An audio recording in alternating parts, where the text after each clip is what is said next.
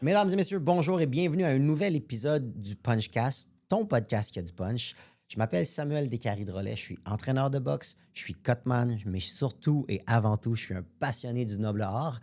Ça fait déjà plusieurs épisodes qu'on enregistre. J'enregistre ça avec mon cousin. Mon cousin, c'est lui qui m'a initié au noble art il y a quelques années. En fait, il y a même des dizaines d'années. Il est aujourd'hui directeur général de Eye of the Tiger Management. À ma grande surprise, il est avec nous cette semaine parce qu'il ne devait pas être là. Anton, comment ça va? Ben, ça pourrait aller mieux. Malheureusement, j'aurais aimé ça être, de le faire de manière virtuelle. Je suis quand même très content d'être ici avec vous. On a aussi un gala de boxe ce soir que je suis particulièrement heureux d'être présent. Mais j'expliquerai tantôt un peu mes aventures. Pour l'instant, j'aimerais ça qu'on mette le focus sur notre invité de la semaine. Un gars avec un background particulier et certainement un lien privilégié avec le monde de la boxe depuis toujours. C'est un gars qui s'y connaît très bien. C'est un gars très intelligent, qui a écrit un livre incroyable. Du sang, de la sueur et des larmes. C'est le nom du livre. Le titre veut tout dire. Hein, juste après avoir lu le titre, tu as le goût de lire le livre. Bienvenue, Jules. Merci, ça fait plaisir. Jules Falardeau. Donc, pour ceux et celles qui ne connaissent pas beaucoup Jules ou qui en ont encore jamais entendu parler, parce qu'on ne le voit pas beaucoup. C'est un gars behind the C'est scenes. souvent lui qui est derrière la caméra ou derrière le stylo. Jules Falardeau, c'est un nom qui est très lourd. Il vient avec beaucoup d'histoires. Le nom Falardeau, on y reviendra un petit peu plus tard. Tu es un documentariste. Tu es aussi un cinéaste et récemment auteur d'un livre dont on vient de nommer le nom, qui s'appelle Du sang, de la sueur et des larmes. C'est un livre qui recense un petit peu l'histoire de la boxe canadienne. Québécoise, en fait. fait. Québécoise. Ouais. Je dis canadienne parce que dans le livre, il y a des Québécois qu'on dit des Canadiens français qui sont allés aux États-Unis. Exactement. Donc, Jules, bienvenue. Merci d'être des C'est bon pour l'ego. Comment vous m'avez présenté? Franchement. Écoute, Jules, j'aimerais ça pour les gens qui ne te connaissent pas parce que Antonin, tantôt, il disait qu'il te connaissait depuis longtemps. Ouais, c'est spécial, cette histoire-là. J'ai un de mes amis, quand on était jeunes, dans le fond, Jules et moi, on est allés à la même école primaire, mais on a 2-3 ans de différence, on a 2 ans de différence à l'école. Puis un de mes bons amis encore aujourd'hui, là, il habite toujours là, en fait. Il habitait en face de chez Jules, sur la rue Panay à Montréal. Donc, je me rappelle avoir joué avec lui quand j'étais petit cul là, à 8-9 ans, mettons. Avec t'as grandi un peu dans le centre-sud Non, aussi. non, pas du tout. Okay. Le plateau, c'était une école qui a des élèves d'un peu partout. Ouais, c'est vrai, Rosemont, moi, j'habitais à Villeray. OK. Ouais. Et puis, de mon côté, la première fois que j'ai vu Jules, c'était dans un show d'Interbox. Il était avec son père, puis il était assis juste en arrière de moi. Je regardais ça. Je crois que c'était un show avec, dans le temps où Éric Lucas boxait encore, c'était dans les débuts de Lucian Boutet. Alors, je sais, puis Antonin le disait tantôt, que Jules a un lien très particulier avec la boxe. Il a touché ça d'une manière dont peu de gens ont eu la chance de découvrir le noble art, justement. Donc, Jules, peux-tu nous parler un petit peu de toi? Peut-être où tu as grandi, d'où tu viens, ton histoire. Pas par rapport à la boxe? Mais surtout, après ça, comment tu es rentré en contact avec la boxe? Ben, écoute, moi, je suis grandi dans le centre-sud. Mon lien avec la boxe, en fait, c'est arrivé quand même assez jeune parce que mes parents ont fait le film sur Gaëtan Hart. Fait que, tu sais, j'ai une photo de moi dans le livre où j'ai des gants puis je tape sur un sac au centre Paul Sauvé. J'ai à peu près 5 ans. Oh, OK. Mon père m'amène voir mon premier gala amateur. Je dois avoir à peu près 7-8 ans. Je me rappelle pas vraiment de grand-chose. Puis, tu sais, Hart, je me rappelle pas du tournage du film. Je me rappelle que Gaëtan Hart venait à la maison, que il y avait ça après. T'avais 5 ans quand le film a été fait? Il est sorti en 92 de mémoire, donc j'avais 7 ans. Fait que le temps que mon père rencontre Gaëtan, qu'il fasse approuver au financement, que ça se tourne, il a dû s'écouler 2 ans, ouais. Fait que... Tu sais, à cette époque-là, il y avait comme... Tu sais, c'était Mario Cusson, me semble. Je sais pas s'il boxait encore à ces époques-là. Il y avait... Tu sais, il y avait Dino Clavette aussi, qui était quand même assez proche. Il a participé au film, je pense qu'il a fait de la sonorisation pour des coups sur certains trucs. Fait que, tu sais, c'était comme un univers... j'ai baigné un peu dedans sans. Tu sais, t'es petit, tu le sais pas ce que c'est. Tes parents ils font ça, OK, c'est un boxeur. Mais tu sais, j'ai eu mes premiers gants quand même assez jeune. Puis à 12 ans, c'est. Ben, non, c'est pas vrai. Avant ça, moi, j'ai beaucoup découvert la boxe par les livres, en fait. OK. Les Les livres? encyclopédies de boxe qu'on avait, parce que, tu sais, mon père, il s'est documenté sur le steak et tout, il connaissait bien la boxe, mais... Fait que moi, je feuilletais des encyclopédies de boxe, c'est Mohamed Ali, Marvin Hagler, Archie Moore, tout le kit, puis c'est des encyclopédies en anglais, fait que je comprenais pas, mais j'étais capable de reconnaître les fiches. George Foreman, il y avait tant de knockouts. Puis il y avait un petit livre qu'on avait où je me rappelle une histoire m'avait vraiment marqué. C'était l'histoire. Ben là, je vais la raconter parce que c'est trop. C'est Benny Kid Barrett, Emil Griffith. Le troisième combat, Emil Griffith en a gagné un, Benny Kid Barrett a gagné l'autre. Puis là, c'est la revanche. Et puis, Benny Kid Barrett décède dans le ring. Là, moi, je lis ça. Tu sais, c'est sérieux comme sport, la boxe. Là. Puis quand j'ai appris plus tard, tu sais, à l'époque, on les voyait pas, ces combats-là. Parce que moi, je lisais, tu dis, des Ali Frazier, je les avais jamais vus. On les a vus en VHS, je devais avoir 12-13 ans, tu sais. Fait que là, quand YouTube est arrivé, un moment donné, j'ai cherché Benny Kid Barrett et Emil Griffith, puis là, j'ai vu le knockout, puis tu sais, c'est comme... Il mange, c'était écrit 18 coups de plein fouet, puis tu le vois, tu sais. Puis là, quand tu comprends le build-up de ce combat-là, tu sais, OK, troisième combat, ils en ont gagné chacun un. Emil Griffith est homosexuel. Benny Kid Barrett l'insulte là-dessus. En espagnol, t'es une tapette, blablabla. Et là, Emil Griffith, il veut le tuer, tu sais. Puis là, paf, il le tue. Puis il y a un film qui a été fait documentaire, je tombe là-dessus par hasard, ça s'appelle Ring of Fire. Tu sais, moi, la boxe, c'est genre d'histoire dramatique. Pourquoi le cinéma s'est autant intéressé à ça? Il retrouve le fils de Benny Kid Barrett, donc la femme, la veuve de Benny Kid Barrett, est enceinte quand son mari décède. Et là, dans le documentaire, ils font rencontrer le fils et Emil Griffith, qui est rendu un vieil homme. Wow.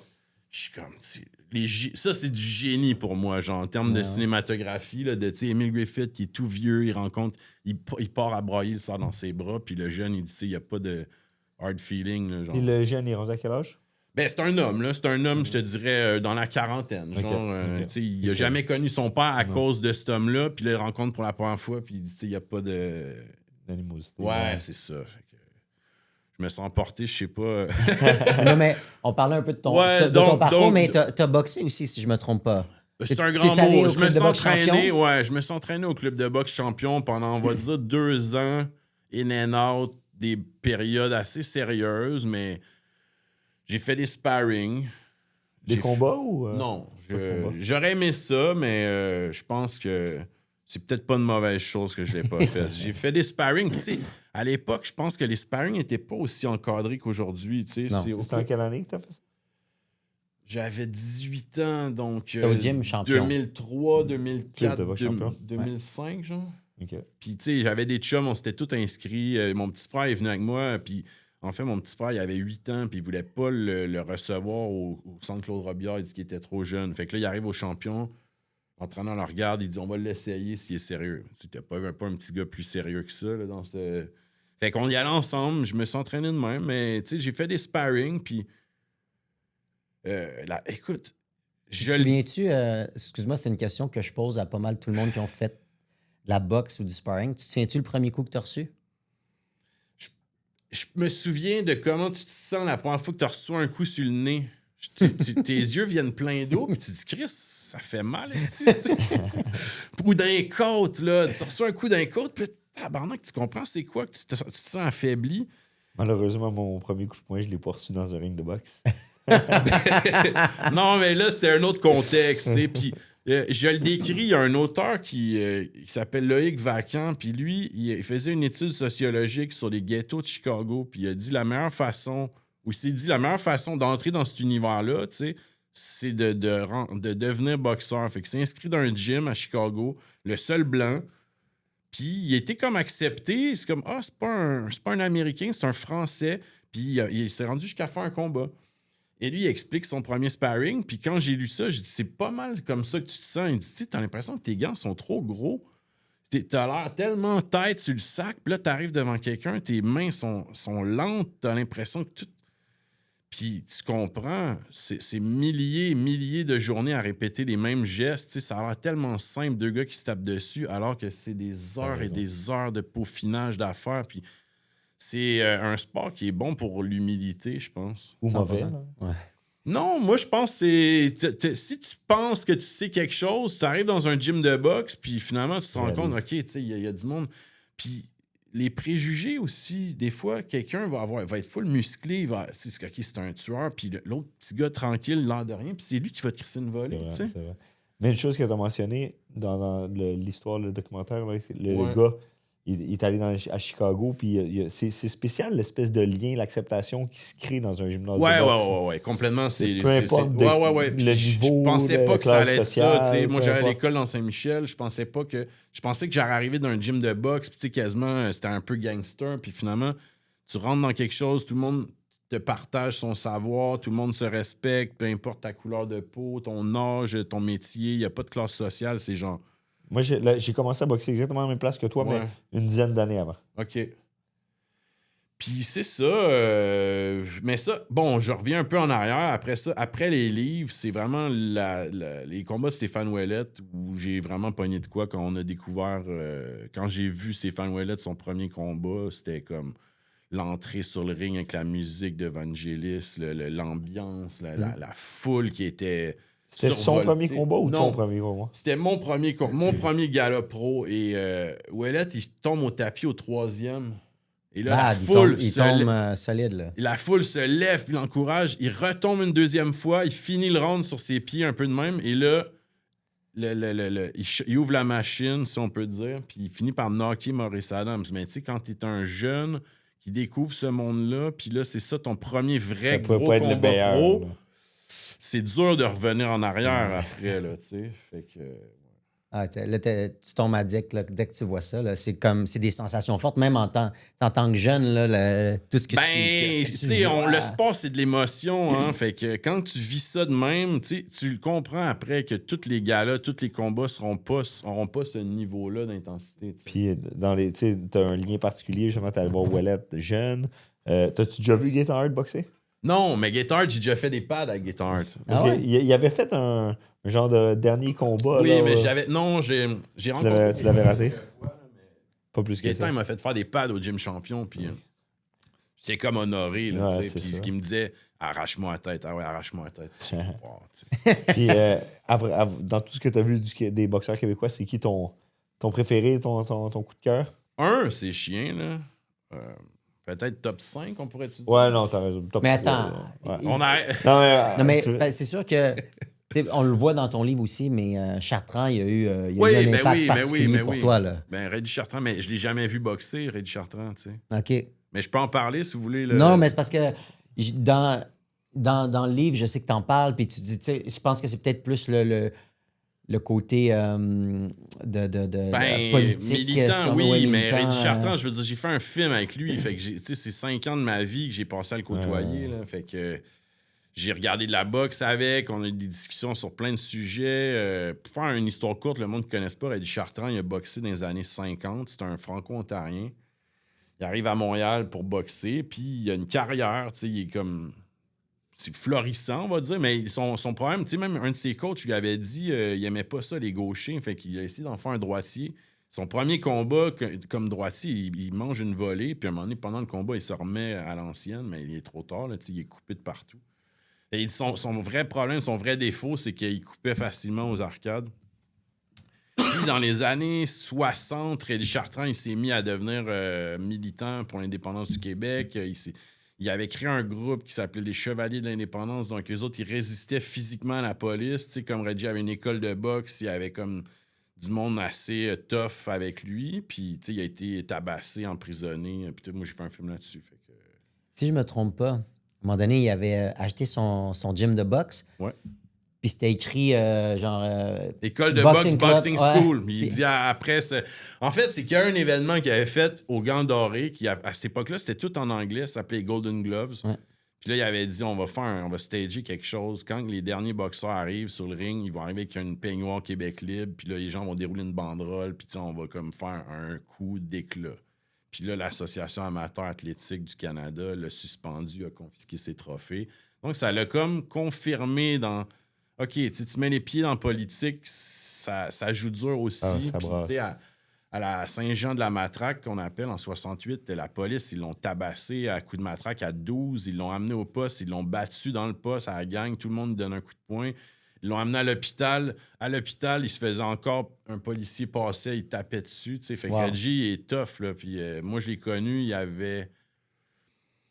il était proche de 70 ans, je dirais. Là. Fait que, c'est ça, c'est devenu un ami. On a développé des liens. Fait que OK, là, je m'excuse, j'avais dévié du sujet en train de parler d'un top 5. Là. Ouais, ben c'est sûr que Stéphane Ouellette, pour moi, c'est lui qui est comme associé à mes premiers souvenirs de boxe professionnelle, son style, son... Tu sais, de donner un spectacle, même s'il n'est pas en shape, si on le fan, on le sait pas qu'il n'est pas en shape, mais tu sais, le cœur qu'il va donner, le talent, la vitesse des mains, il y avait... Écoute, niveau de talent, là, c'est quelque chose qu'on n'a pas vu souvent, là, genre brut, on va dire. Là. Ouais.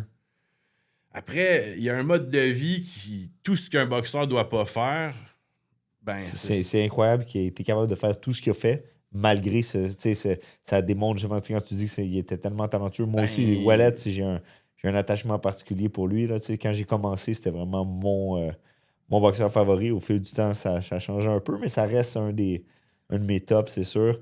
Puis, les histoires que j'ai entendues à propos de lui, Ouellet, Éric Lucas aussi est pas très loin. Lucas, c'est une belle histoire, tu sais, moins talentueux, mais acharné, travailleur acharné. Puis le coup qu'il a envoyé Catley au plancher, je veux dire, on a tous sauté de notre siège. Là. Moi, je l'avais vu l'autre combat en personne au centre Molson, puis j'avais dit, ça sera pas facile. Là. Puis finalement, bang, il l'étend devant tout le Québec. Je te dirais ça. Après ça, ben, Jean-Pascal, David Lemieux aussi, j'ai des beaux souvenirs reliés à eux autres. Je rajouterais peut-être Kim Clavel dans le... Closer le top 5. Ouais, Kim Clavel, j'aime beaucoup. Je trouve qu'elle amène quelque chose de... Ben, elle a du charisme. Elle fait beaucoup pour on va dire, peut-être sortir la boxe d'un optique, genre que ça a souvent été associé à des bandits. Là, à l'époque, tu avais les Hells qui étaient là. Puis tout, ça a toujours été un milieu bien tough. Puis Kim Clavel, je veux dire, elle s'exprime bien, elle est intelligente, elle est charismatique, puis elle est bonne. Ouais. Mais c'est aussi pendant la pandémie ce qu'elle a fait en étant infirmière. Oui, mais et en retournant travailler. Déjà, là, ça démontrait l'étendue de son cœur. Ouais, puis, c'est une gentille personne. Genre... elle s'est fait connaître aussi par une grande partie du public québécois avec Big Brother, la télé-réalité. T'sais. Puis il y en a qui vont chialer, mais en même temps, ça l'amène quelques fans de plus à la boxe. C'est quand même ça. Puis moi, j'ai filmé son dernier combat parce que j'ai fait un truc sur la boxe féminine via Urbania. Puis moi, j'aurais voulu sortir ça au moment où il y avait la semaine avant son combat. Puis là, chez Urbania, on m'a dit pourquoi tu vas pas filmer le gars-là? Fait que OK.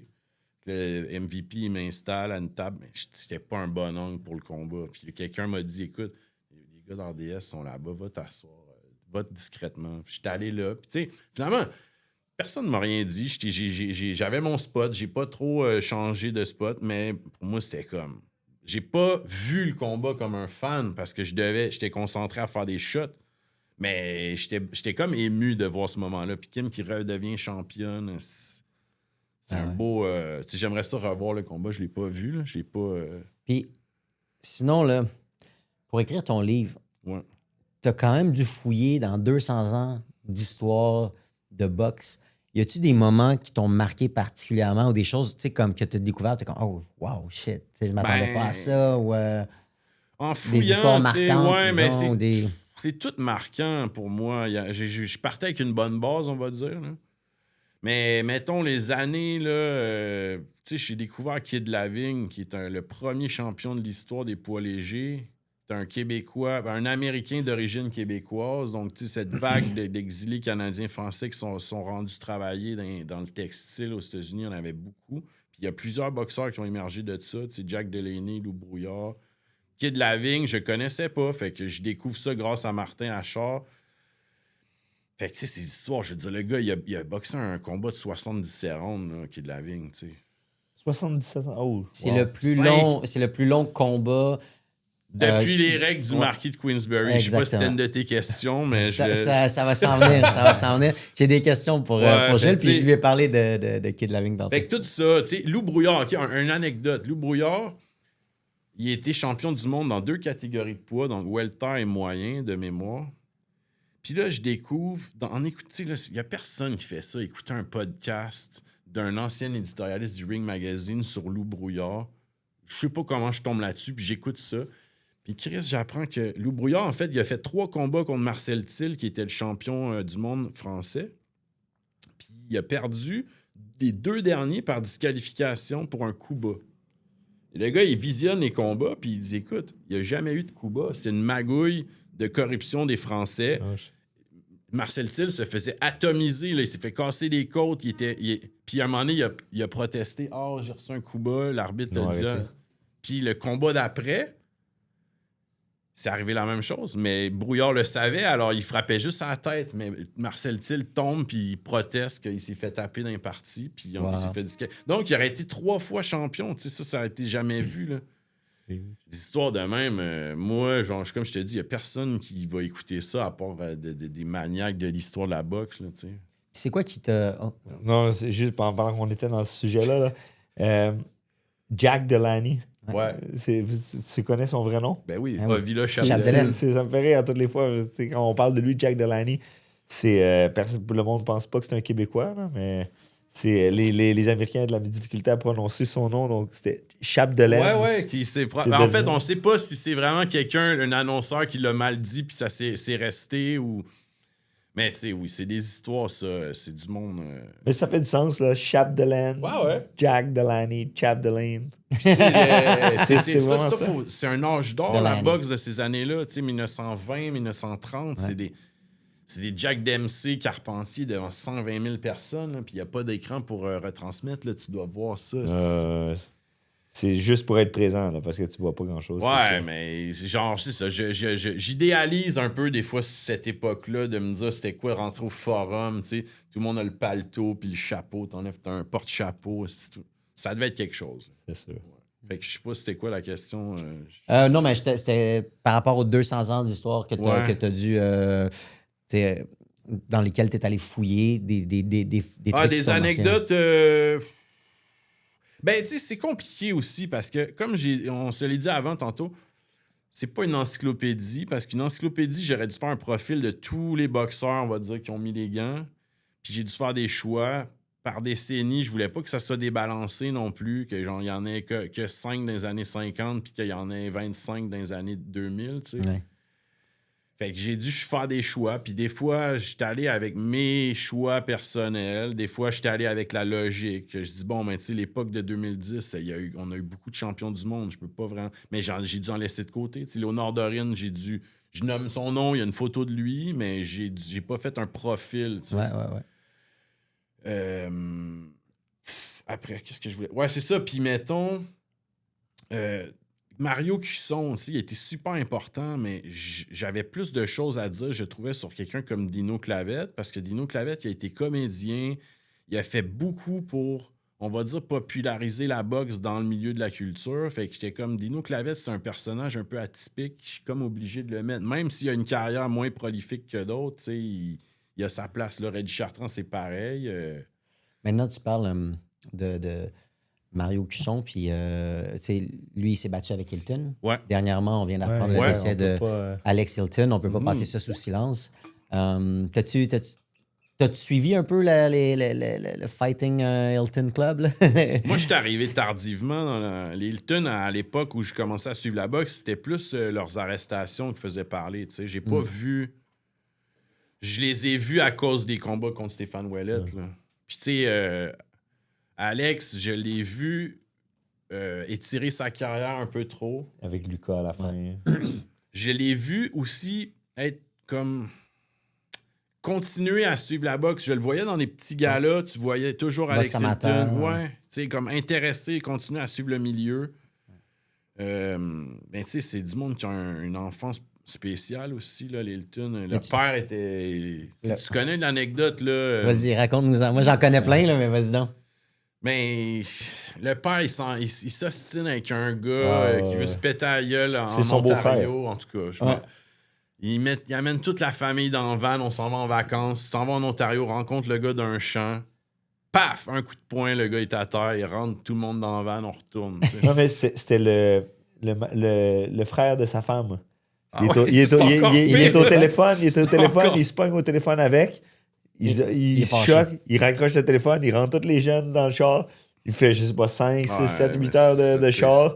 Il gèle, il sonne à la porte, il gèle, puis il rentre à la maison. Mais tu sais, aussi, tu sais, le père Hilton, ça a été un des plus grands entraîneurs de boxe. Là, tu sais, ce qu'il a fait avec ses fils, c'est quand même assez exceptionnel. On parle de gars comme Dave Hilton, Matthew Hilton, là, tu sais, les deux ont été champions du monde.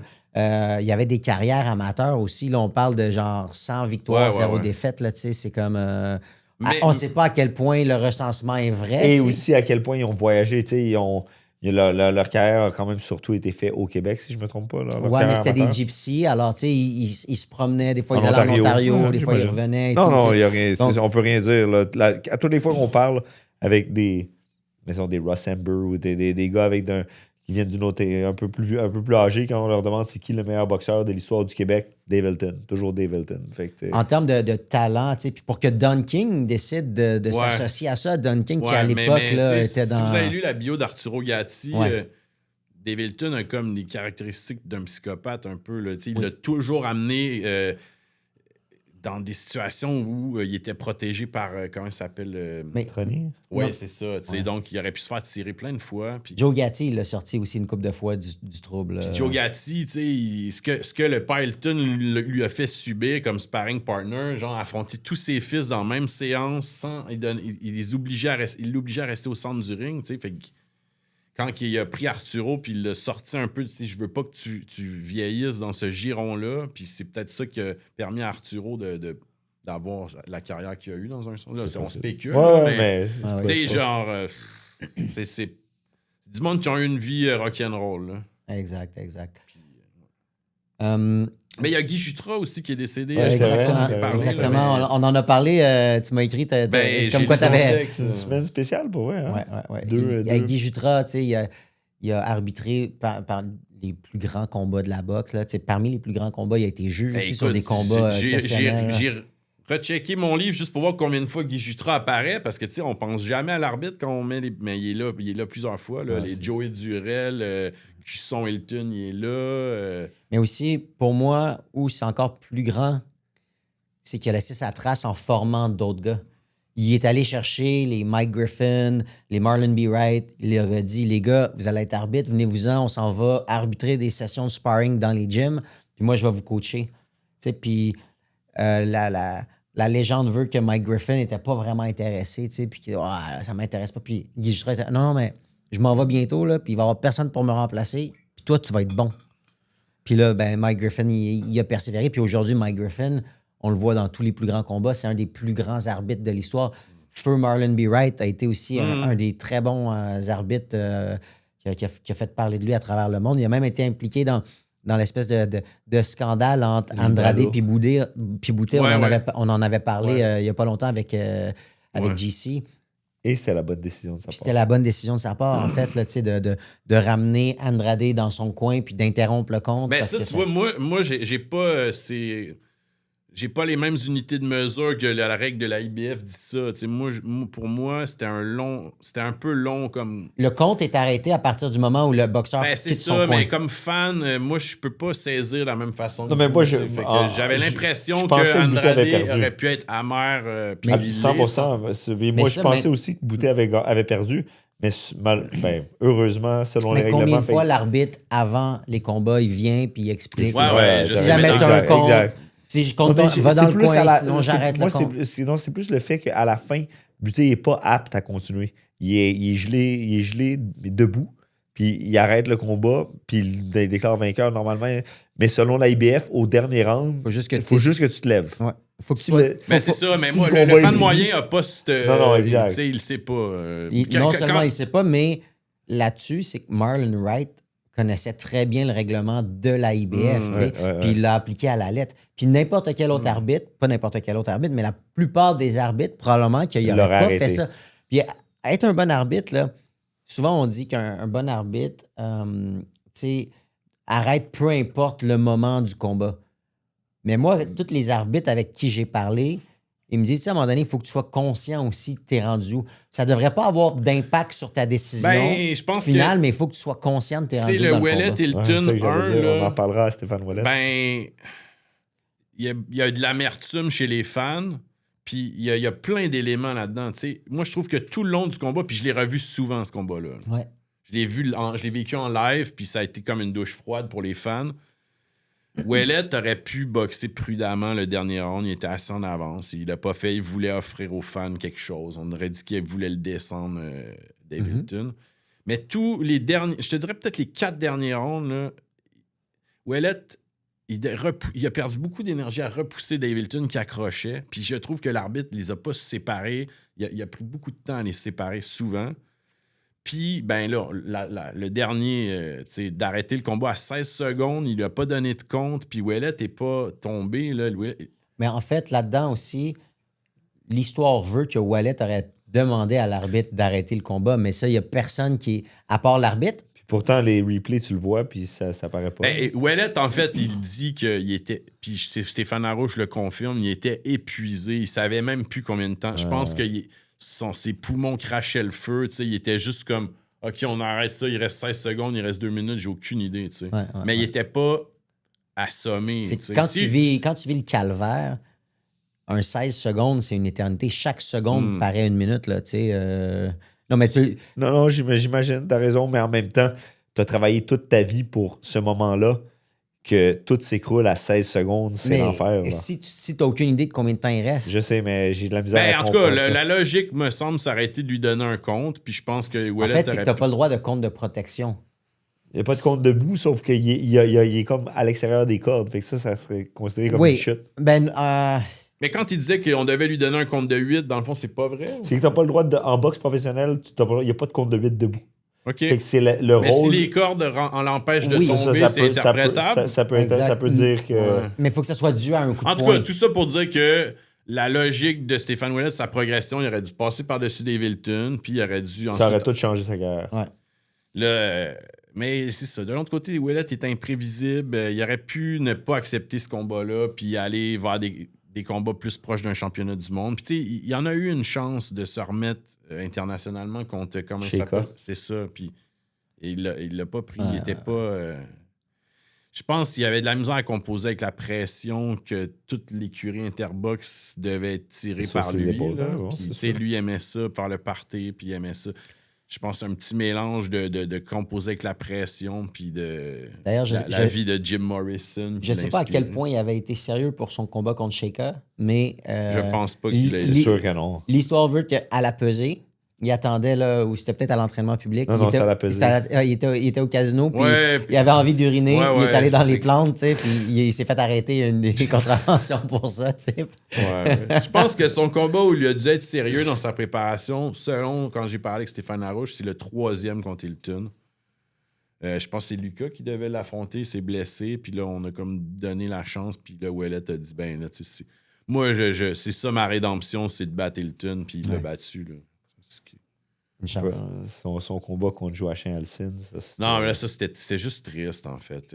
C'est fou qu'il ait réussi que les promoteurs aient réussi à faire croire à 8000 personnes que c'était possible, là, mais ça, c'était juste malheureux. Tu sais, on voyait la fin de la carrière de quelqu'un que plein de monde a aimé. Mais ce qui est vraiment particulier avec Ouellet, puis vous en avez parlé, il y a son charisme, il y a son talent, mais un peu comme Alexandre Daigle au hockey, il aimait pas ce qu'il faisait.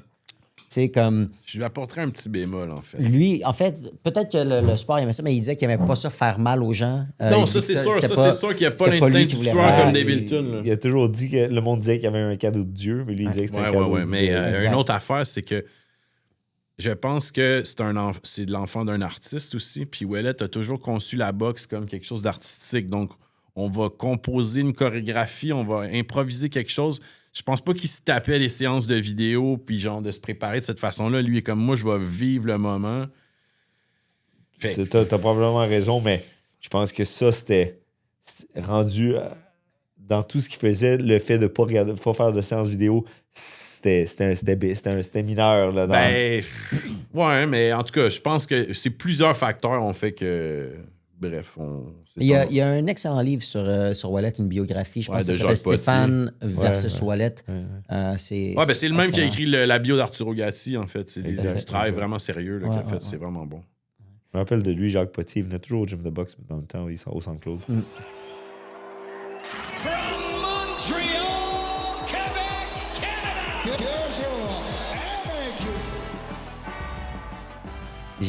On va faire un petit jeu, OK? Est-ce qu'il reste du temps encore après ou on a... on peut revenir après, là. Si t'as des trucs que tu veux dire, vas-y. OK, ben on va faire ton jeu, puis je reviendrai. Non, mais parce qu'en plus, ce qui est drôle, c'est que j'ai 3 questions, Ouais. OK, pour toi.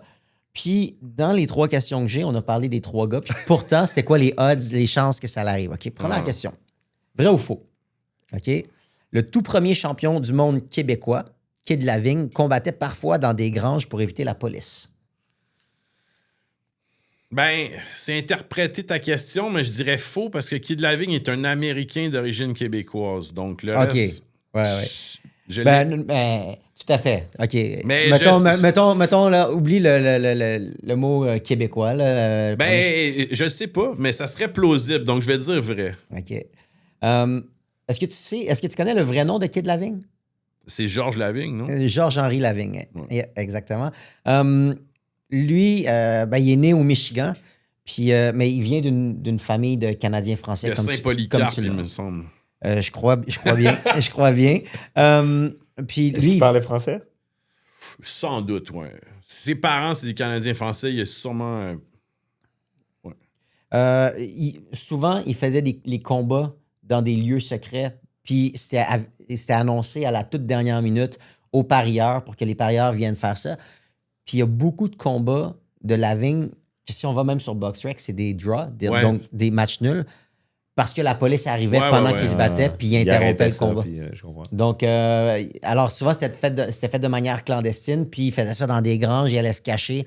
Les parieurs arrivaient à la toute dernière minute. Fait que dans les années 20, c'était illégal de boxer? Mais là, lui, il était champion en 1896, je pense. Lui, ça arrête là parce qu'il est né en 1869, décédé en 1928. Tu lis des comptes rendus de cette époque-là, ces grands combats, c'est contre le Joe Walcott original, le démon de la Barbade, puis c'est des affaires. Genre, il y avait une oreille quasiment arrachée qui pendait, puis il tenait par un lambeau, puis des combats de 20 rondes, genre extrêmement brutal.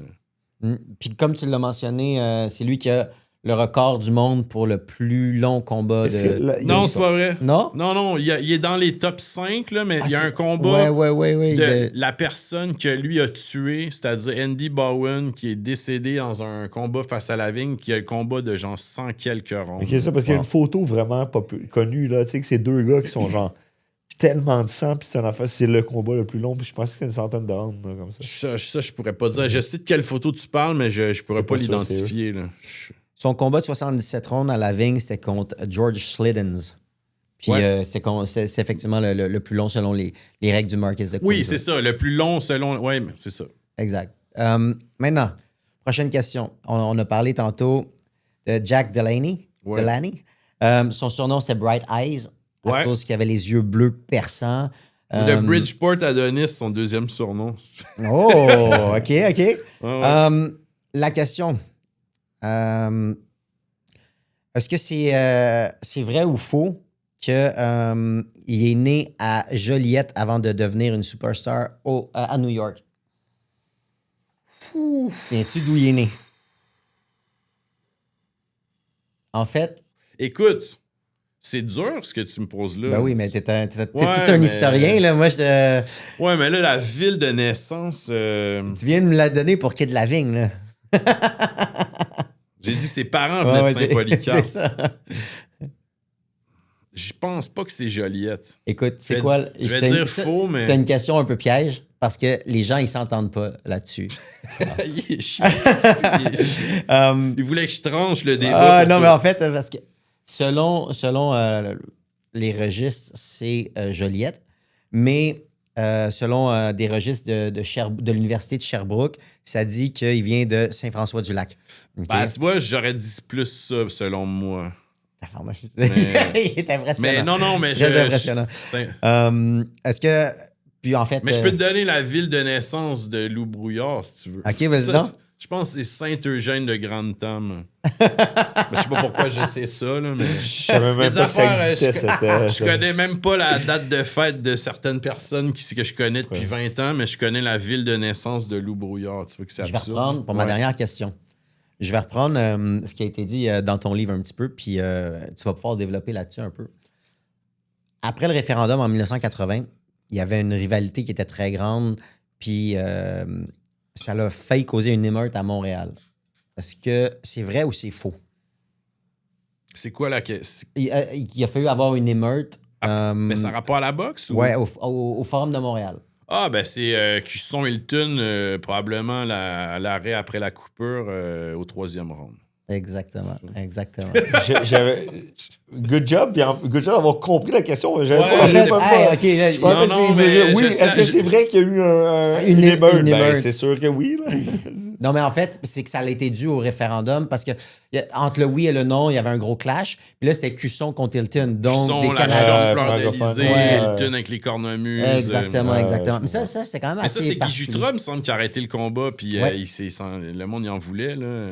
Mais l'ambiance aussi là, de ce combat-là, c'était quand même assez impressionnant avec justement, tu le disais, les cornemuses, avec le Fleur d'Élysée, tout ça, puis ça l'avait brassé. Après, ça avait commencé à l'intérieur un peu du forum à brasser, puis c'était sorti à l'extérieur.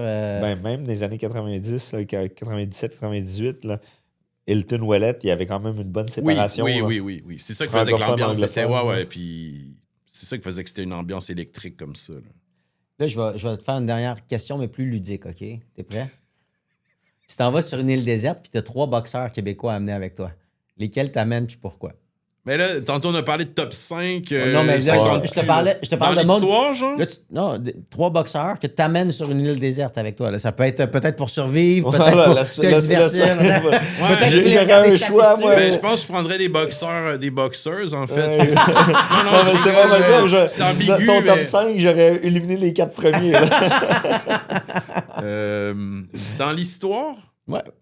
pour avoir des conversations, survivre, je sais pas. Ouais, c'est ça, C'est une c'est drôle de ça. question. Ben là, Non, mais sur une île déserte, il n'y a personne qui va se battre. Là, fait que Moi, j'amènerais Sam. Là, parce que c'est un gars de chasse. Ah, mais toi, t'as fait de la survie.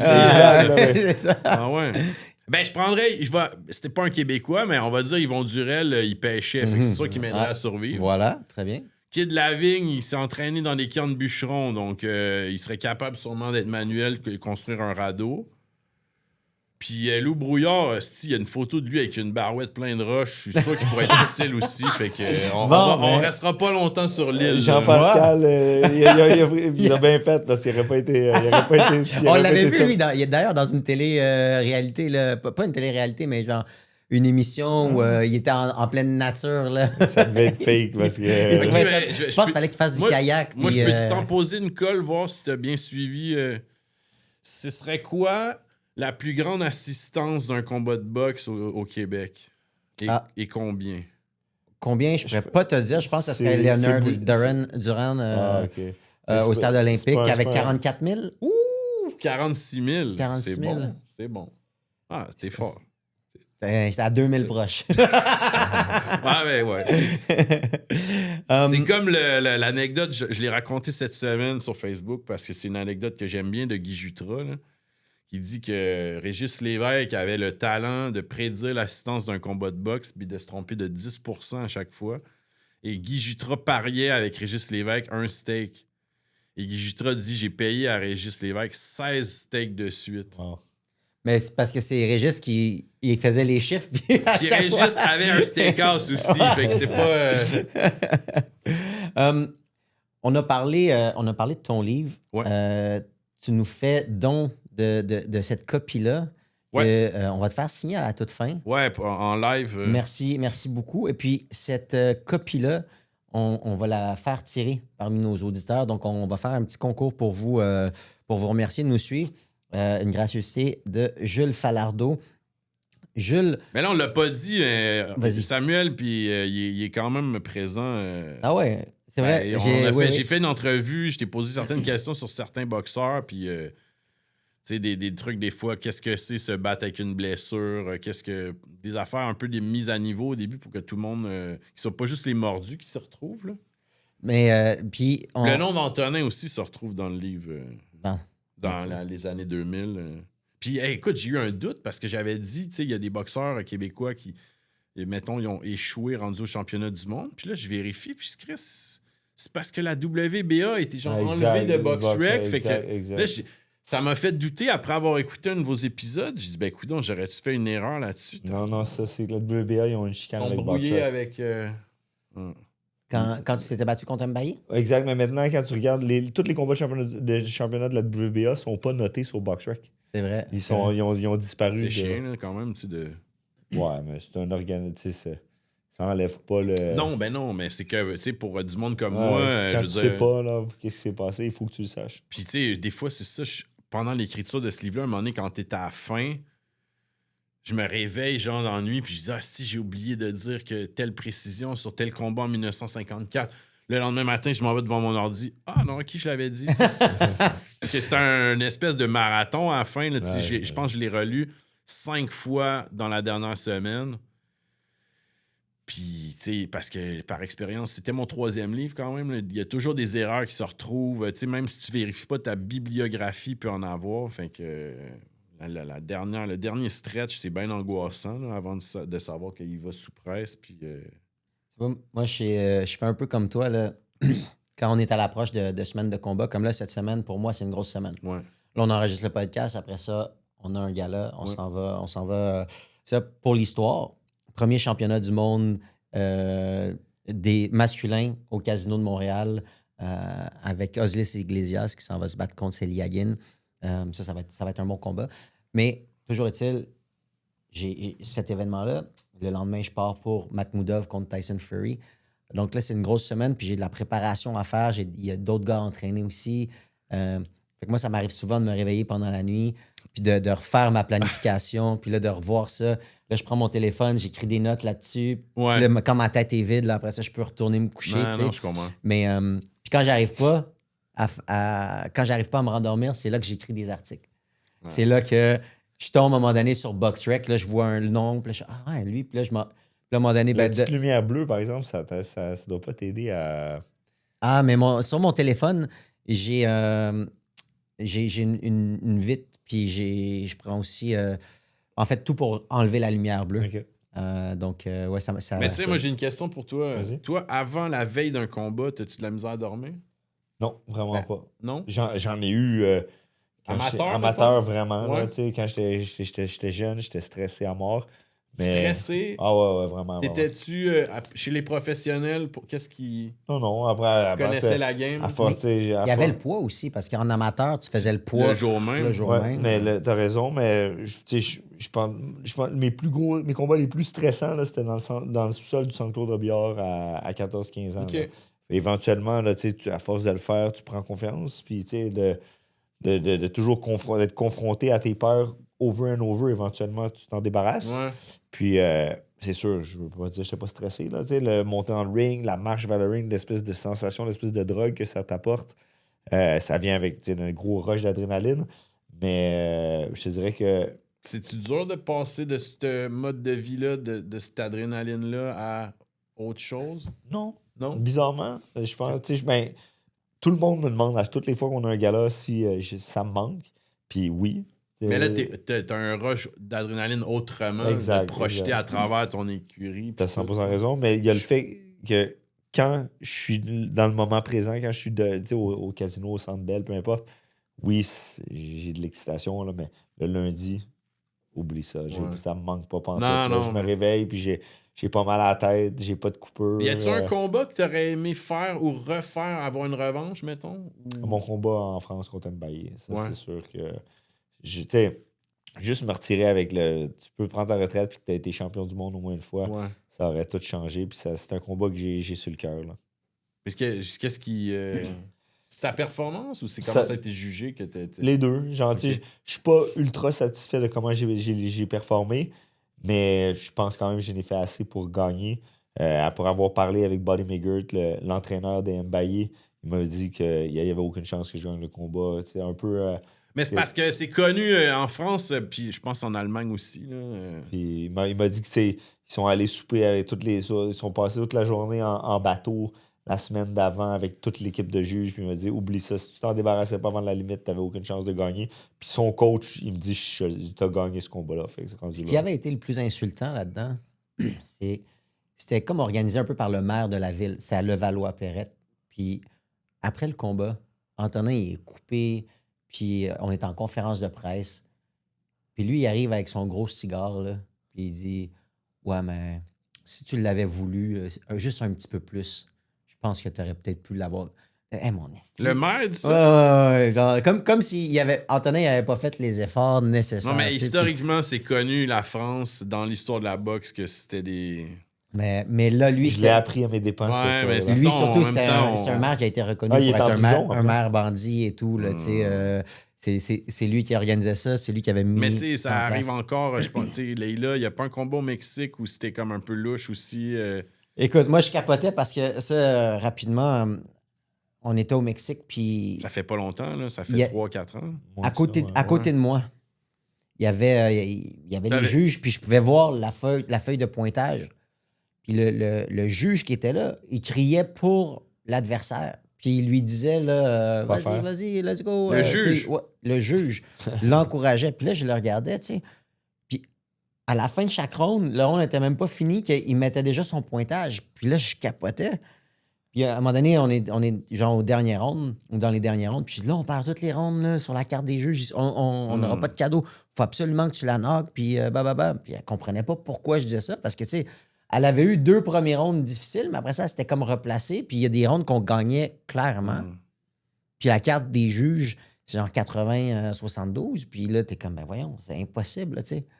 Puis après ça, j'avais regardé le juge à côté, tu sais, à la fin du combat. Puis j'ai dit, tu sais, c'est à cause de monde comme vous que la boxe a une mauvaise réputation, puis que les gens croient plus en la boxe, là, tu sais. Quand il y a des choses comme ça qui sont tellement flagrantes. Pendant le combat, tu n'as pas crié après? Après le combat. Non, mais pendant, tu le vois qu'il donne. Genre, je l'aurais remis à sa place. Ben, quand il criait, tu sais, à un moment donné, je disais, hey, que pas chaud? On travaille, là, estamos trabajando. On est en train de travailler. Genre. Wow. Mais ouais. Mais tu sais, Marvin Hagler, il a jamais accepté le combat contre Sugar Ray. Là. Il y en a des histoires comme ça. Oh, mais il y a des combats serrés des fois aussi. Je peux pas te dire que c'est un vol monumental. Non, il y en a des combats. Puis regarde, mettons, Kim Clavel, Bermudez, moi, je l'ai jamais accepté, celui-là. Puis j'en ai parlé avec un juge de boxe, puis il m'a dit, moi, j'avais le même pointage que Bermudez gagnait, serré. Mais moi, j'étais sur le coup. Je l'ai revu, puis je pense à la même chose. Je les note, les combats, quand je les regarde, je prends la peine. Puis Ça, c'est vraiment intéressant. Tu sais quoi? Parce que j'ai écrit un article il n'y a pas longtemps sur comment juger un combat selon... Ouais, moi, je les juge comme fan. Là, mais tu sais, j'explique. Là, c'est comme selon le ABC Rule, puis j'explique un peu comment ça fonctionne. Puis quand tu juges un combat, les juges sont placés à différents endroits. J'ai eu la chance de parler avec un juge américain qui était à une conférence je pense que c'est à la conférence de la WBA qui était en Floride il y a un petit bout de temps. Puis, à chaque fois, les juges puis les arbitres, ils ont des séminaires pour continuer à s'améliorer puis dire où est-ce qu'ils en sont, puis c'est puis ça. Puis là, il y a un juge qui faisait la démonstration de un coup de poing qui a été donné par le boxeur, mais des 3 angles de vue.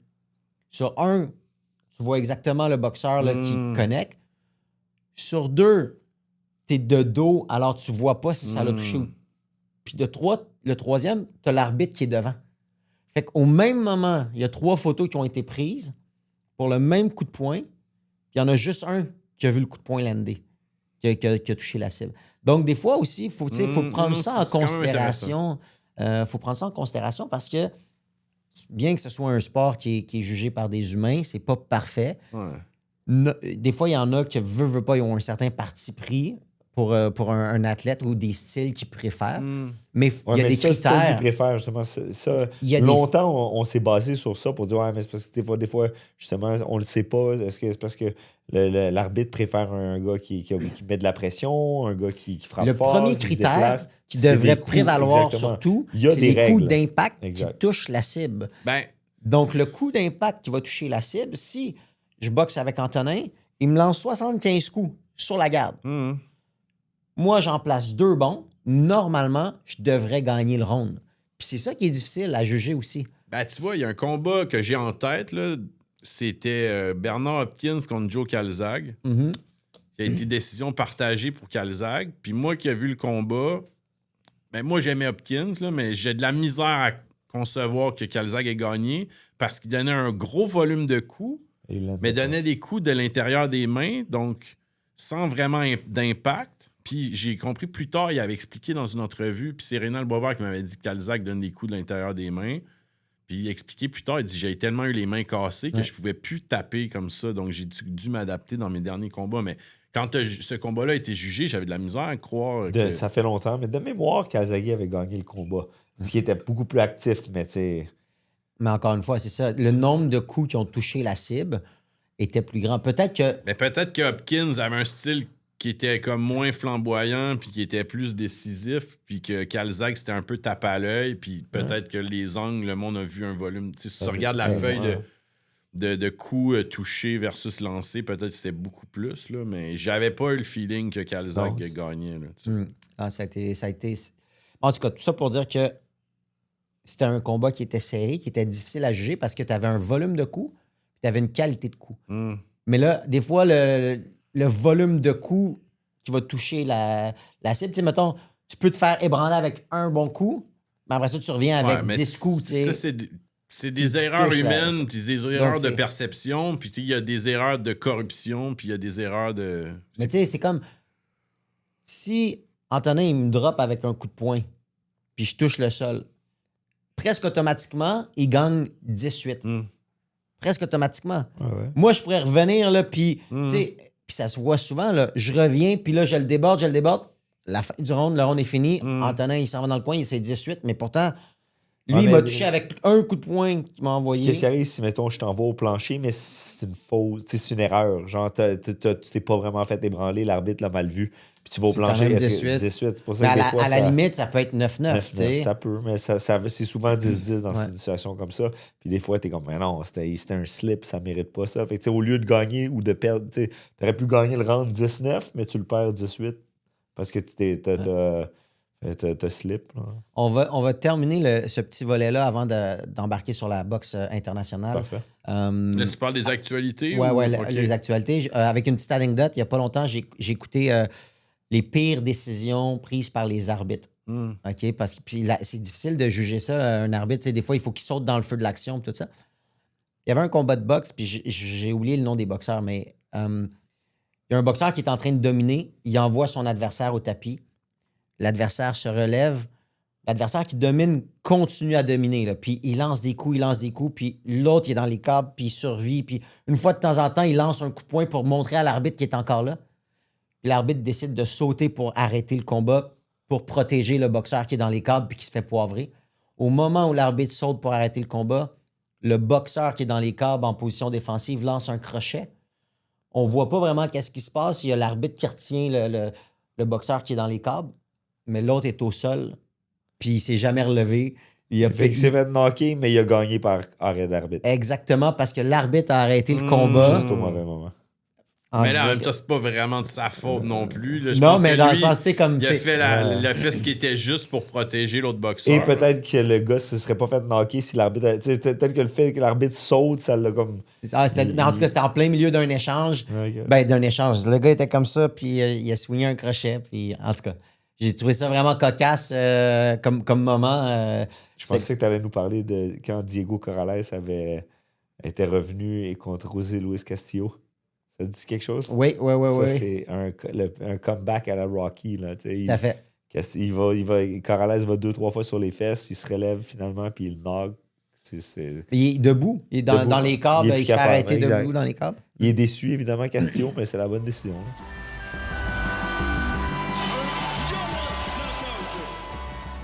Alors, par rapport aux nouvelles de boxe internationale, on l'a mentionné, Antonin devait être en Angleterre. Moi, je pars dès demain. Tyson Fury, Arslanbek Makhmoudov, Tottenham Hotspur Stadium, 70 000 personnes. Ça va être gigantesque. Arslanbek a gagné contre David Allen. Il est rendu là présentement. Et c'est présenté sur Netflix. C'est important. C'est de présenté mentionner. sur Netflix. Tous les boxeurs. Eye of the Tiger a eu du monde sur chacun. 3 sur 4. 3 sur 4. Donc, félicitations. Ça veut dire la boxe La québécoise. seule fois qu'on n'a pas eu, c'est quand Mike Tyson et Jake Paul sont affrontés. On n'a pas eu d'athlète, mais le reste. Mais moi, j'étais là. J'étais là. Donc, avec Luca Badi, t'as raison. on est bon pour ça. Je passe tout de suite à la prochaine nouvelle. On va y aller un peu. Là, on va défiler ça. On souhaite la meilleure des chances à Arslanbek, même si ce n'est pas des chances. Mais chez les poids lourds, ce qui se passe, c'est que c'est un coup de poing. Ça peut tout changer. Il va réussir. Alors, il est prêt pour ça. Let's go. Dossier Canelo Alvarez Mbili. Antonin, j'aurais aimé ça que tu nous en parles. Camille en a un petit peu parlé hier à la pesée. Il disait qu'il n'y a pas de contrat qui est signé, mais que ça se parle dans les deux clans. Tant que les deux veulent, puis la promotion veut. Exactement. On travaille fort. Ça semble être ce qu'ils veulent. Eux, évidemment, ils veulent le titre de la WBC que Mbili a. Nous, évidemment, on veut se débarrasser de Canelo puis montrer à la planète boxe qu'on mérite les plus gros combats. Donc, la volonté est là des deux côtés. Mais tant que c'est pas signé, il n'y a pas de combat. Super. Tu parlais des gros combats. Jules, je suis persuadé que tu as vu les deux premiers, mais on parle de plus en plus d'une trilogie, un troisième combat entre Arthur Beterbiev et Dimitri Bivol.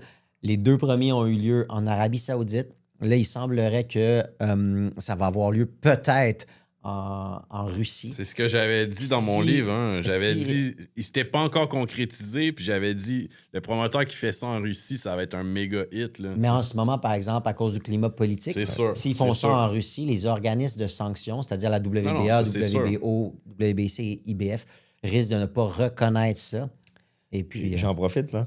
Quand on parle des plus grands boxeurs du Québec, on mentionne pas vraiment Arthur Beterbiev. Ah, je le mentionne, c'est sûr. Là, on m'a pas posé la question mais c'est sûr que il y a personne qui a fait ça d'unifier les ceintures. Exact. Mais ma question, c'est plus, est-ce que vous le considérez comme un gars du Québec? Ben, dans un sens, oui. Là. Je pense que c'est... Ses enfants vont à l'école, ses enfants parlent français. C'est légitime. Ça fait quand même longtemps qu'il est là aussi. Exact. Ouais. Aujourd'hui, Québécois, si tu me parles du plus grand boxeur born in Québec, comme qui est né au Québec, ça sera pas lui. Mais si tu me parles... Qui? Ben, nous, au Québec, pour l'instant, je pense que c'est Jean-Pascal qui a fait Jean le n'est pas plus. né au Québec. Il est né en Haïti? Ah oui? Ah, c'est vrai, ça. Tu sais, c'est ça. En tout cas, moi, j'avais défini les C'est époques vrai. aussi. Là, c'est dur de comparer... comment tu compares Arthur Beterbiev avec Kid Lavigne, mettons? C'est dur de... C'est très dur, t'as raison. Puis, mais il y a Arturo Gatti qu'on ne doit pas oublier non plus. On doit Là, pas qui l'oublier. a quand même une carrière, visibilité, combat important. C'est pas T'as négligeable. Les raison. plus gros stages continuellement.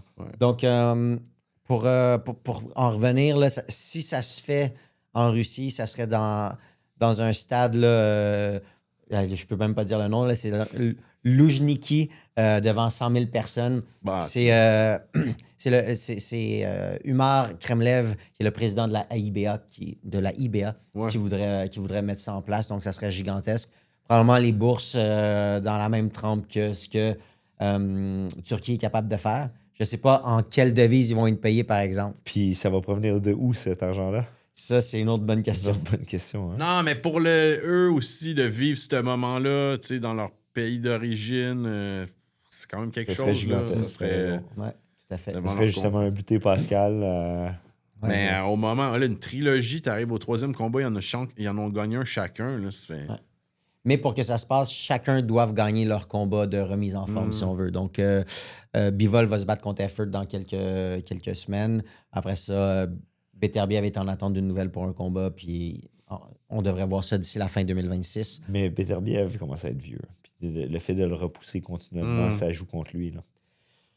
Deux Québécoises, en fait, deux Canadiennes qui vont voir l'action sous peu. Le 17 avril prochain, Tamara Thibault va combattre. Si ça se passe bien, elle devrait éventuellement être en combat de championnat du monde. Donc, Ça va tellement vite pour elle. Elle a seulement 4 combats. Puis on parle déjà d'un combat de championnat du monde à son 5e combat. Donc, ça va être C'est un quelque talent chose. particulier, il faut y donner. Ouais. Ben, c'est aussi au niveau des mensurations. Tu voulais créer un boxeur idéal. Ça a une allonge. Une belle allonge, un bel athlétisme. Mais Athlétisme. il y a aussi, c'est des catégories de poids un peu plus Il y a moins faibles. de un profondeur. peu moins de position, on peut profondeur. dire, là. Exact.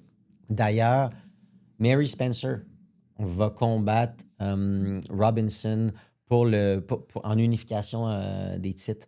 Ça va avoir lieu en sous-carte de Holly Holmes contre Stephanie Hans, puis Amanda Serrano aussi. Desley Robinson, ça va être pour les titres IBF et WBO. Donc, Mary Spencer, qui, à son dernier combat à Montréal, avait perdu contre Michaela Mayer, retourne en combat de championnat du monde immédiatement, mais cette fois-ci à 160 livres, dans des rondes de 3 minutes. J'ai hâte de voir qu'est-ce que ça va donner parce que Mary n'est pas reconnue pour avoir la meilleure endurance physique. Mais tout ça pour dire que quand on regarde les nouvelles nationales et internationales en boxe, nos boxeurs font quand même bien. Il y a beaucoup d'athlètes Et québécois. je pense que Jules, il voulait m'en parler un petit peu tantôt de ça. Là, on commence à voir de plus en plus des Québécois puis des Canadiens dans les tops. Non, mais en fait, c'est juste que moi, ce que j'avais dit dans mon livre, c'est que j'avais utilisé l'expression creux de vague. Puis j'ai écouté un de vos épisodes, puis Antonin disait un peu l'inverse. Puis je pense que dans un sens, les deux points de vue se valent. Moi, j'idéalise un peu l'époque où on remplissait des amphithéâtres, où on avait des 20 000 personnes, même l'époque de Régis Lévesque, tu avais 18 000 personnes pour un combat, des fois, qui n'y a même pas d'enjeu. L'époque où Ouellette, Lucas, après ça, on a eu l'époque, on a eu 4 champions du monde en quand même un laps de temps. Écoute, c'était Stevenson. Après ça, 2-3 semaines plus tard, t'avais un Pascal, t'avais Lemieux, c'était comme une âge d'or du Québec, sa scène internationale. Puis comme fan aussi, on avait des gros combats auxquels on avait accès. Puis tu sais, après ça, ben, à un moment donné, tu dois repartir un peu à la base. Ouais. Des fois, j'ai cru comprendre en parlant avec des gens comme Ross Ember que, mettons, la boxe amateur n'est pas gérée avec le plus grand souci, tu sais, au niveau, mettons... Juste une affaire qui me scandalisait, c'est que les boxeurs doivent payer pour aller à des... Dans les compétitions. C'est plus nécessairement le meilleur. Mais comment tu te prives d'un bassin, tu sais, la boxe, c'est souvent des gens qui viennent des couches déshéritées. Toujours. Comment tu fais si le gars doit payer son... Mm-hmm. En tout cas, Mais tout ça pour dire que, tu sais, moi, je trouve que c'est... J'ai pas, comme fan, je suis pas attiré souvent par des combats, puis je suis pas tous les gars-là. Ça arrive, tu sais, genre, je t'ai dit, j'ai regardé les combats de Kim Clavel, de Leila, j'ai regardé les Beterbiev et tout, mais moi, j'en ai vu des gars-là aussi, là, où ce que... Tu sais, je veux pas avoir l'air négatif, là, mais où ce qu'on amène un Mexicain avec une fiche perdante, puis il se fait sacrer une volée au premier round, puis t'as 6 combats comme ça dans la soirée, puis t'as le combat principal. Fait que c'est dur pour le fan qui débourse 150$, puis t'as une carte de même, puis mettons que le combat principal, c'est pas pour tout le monde. Tu sais, c'est un combat un peu, on va dire, aride, technique. Ben c'est dur. Tu vas y repenser la prochaine fois que tu te déplaces. Ouais. C'est sûr, mais pour revenir à ça, là, à l'époque de Régis Lévesque, là, quand il n'y avait pas de box rec, là, les adversaires, c'était souvent ça. Je sais, mais il y avait quelque chose... Écoute, je dis pas que c'est la faute des promoteurs. Tu sais, il y a beaucoup de facteurs. La surabondance de divertissement. Le monde, ils ont Netflix, ils ont TikTok, ils ont plein d'affaires. Il y a tel autre sport. C'est dur de faire déplacer. Le monde va aller s'asseoir le cul là. Puis on en parlait tantôt dans l'ascenseur. Tu sais, quand il y avait les Ouellette Hilton, notre époque... ben, t'avais 110%. C'était le rendez-vous que tout le monde checkait le soir, puis il parlait de Ouellette Hilton pendant 3 semaines avant. Il y avait Tiggy Aymon qui avait pas de chaise parce qu'il était trop énervé. On avait-tu le goût d'être là à cette soirée-là? Tu sais, là, à cette heure, c'est plus la même chose. T'as tellement d'offres. Puis Laurent Poulain, salutations à Laurent Poulain, il parle souvent de le coût du divertissement, tu sais. La société, ça va moins bien économiquement, mais qu'est-ce qui prend le bord? C'est ça, tu sais. Fait que... Mais ce qu'Antonin dit, il dit on n'a jamais eu autant de boxeurs dans notre écurie classés internationalement. Puis c'est vrai, c'est quand tu regardes ça, ça va bien de ce côté-là, sauf il n'y a pas encore un mariage avec le fan de ce qu'on avait de l'époque de Pascal Buté puis tout. T'as raison. T'as Pour raison. ça, C'est dur, ça là, va prendre aussi une bonne relève québécoise. C'est plate à dire, mais ça va prendre une bonne relève québécoise. Est-ce que Christian Billy, le fait qu'il parle bien français, Oui, ça va peut-être... oui, mais il va moi, je te peut-être- dis, tu sais, j'aurais vu Mathieu Germain ou Steven Butler avoir ce statut-là, mais il y a quelque chose. Est-ce que les médias n'en parlent pas assez, puis on les connaît-tu? Tu sais, le fan mordu de boxe les connaît tous. Le fan moyen, s'il n'a aucune idée c'est qui, comment il va avoir un attachement émotif, puis... Ça, là-dessus, c'est une bonne question. Puis c'est pour ça que je vous invite à suivre la boxe amateur. Dès que vous pouvez, suivez la boxe amateur. En ce moment, à Saint-Hyacinthe, c'est les gants de bronze. Donc, c'est pour les 5 combats et moins. Allez voir ça. Attachez-vous dès maintenant aux jeunes boxeurs. Regardez-les grandir. Puis c'est ça qui va faire en sorte que notre sport va continuer d'évoluer. Mais le pire, c'est que je t'amène de l'eau à ton moulin. C'est les gars-là, moi, que j'ai eu le plus de fun dans les dernières années. Peut-être à part le gala de Kim Clavel que j'ai filmé, là, mais les petits galas de club de boxe, écoute, c'est des vrais combats dans le sens que je vois pas quelqu'un arriver en embonpoint puis se faire mal. Là, tu sais. Je vois deux gars qui donnent pendant 3 rounds tout ce qu'ils ont. 2 gars, 2 filles, c'était... T'étais-tu à Québec, le combat Beterbiev? Non. Non, ça, c'était quelque Callum chose. Smith? Ouais, exact. Non, mais ça, c'est la plus grosse assistance qu'on a eue ici depuis Depuis longtemps. Là. Ça, c'est sûr que... Mais c'est un championnat du monde aussi. Là, t'as quelque chose... Les gars, je suis vraiment désolé. Ça va être notre mot de la fin parce qu'on est des passionnés. Puis Mais là, on est avec Jules qui est un passionné. Ouais, fait que, tu sais, faudra qu'on me réinvite ouais, dans la ouais, prochaine va falloir que tu saison. deviennes parce un qu'il chroniqueur. y là. avait plein de On va- sujets qu'on devait... Écoute, on met ça à l'agenda, on va te réinviter, je te Ouais, promets. ouais. Parce qu'effectivement, on s'en est On parlé va un faire petit un peu tantôt. marathon, là, genre Let's le go. plus long Alors, épisode de Punchcast. Jules, merci énormément. On va, Merci à vous, c'est on pas va le te faire fun. signer le livre. Ouais, je vais le on va signer le faire, direct, là, on va le faire tirer. Antonin, toi et moi, on se dirige vers le gala. Allons-y. PO, merci beaucoup d'avoir été là. Notre régisseur émérite qui n'était pas là la semaine passée, il est allé faire le tour du Québec. Il était avec sa copine. C'est tout le temps qu'on avait pour aujourd'hui. Merci beaucoup d'avoir été des nôtres. Si vous aimez qu'est-ce qu'on fait, n'hésitez pas à liker, à partager, à vous abonner. Ça prend 2 secondes. Pour nous, ça fait une différence. Dites-nous aussi les sujets que vous voulez qu'on aborde, puis ça, on va le faire avec plaisir. Alors, on se dit à la semaine prochaine et merci beaucoup.